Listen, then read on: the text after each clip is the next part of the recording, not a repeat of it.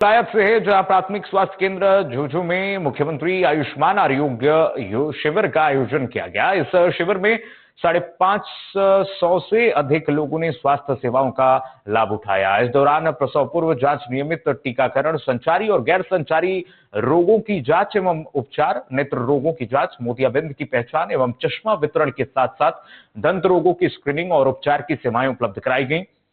डीसीएमओ doctor Sunil Jain ने बताया कि टीकाकरण के तहत बच्चों और गर्भवती महिलाओं का टीकाकरण भी किया गया। वहीं शिविर के साथ ही कस्तूरबा गांधी आवासीय विद्यालय झुंझुनू में टीबी से बचाव के रोकथाम को लेकर लक्ष्मीकांत छंगाड़ी ने कुछ वीडियो के माध्यम से बच्चों को जागरूक भी किया।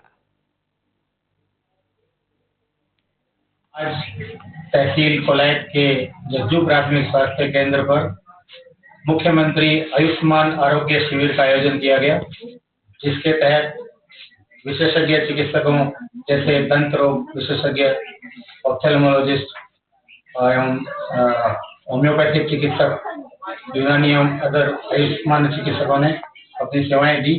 लगभग 550 से अधिक रोगियों की निःशुल्क जांच की गई तथा यहाँ लेबोरेटरी संबंधित सीबीसी एवं अन्य खून की जांच तथा ईसीजी की व्यवस्था की गई। आभा आईडी बनाई जा रही। और खबर बीकानेर से है जहां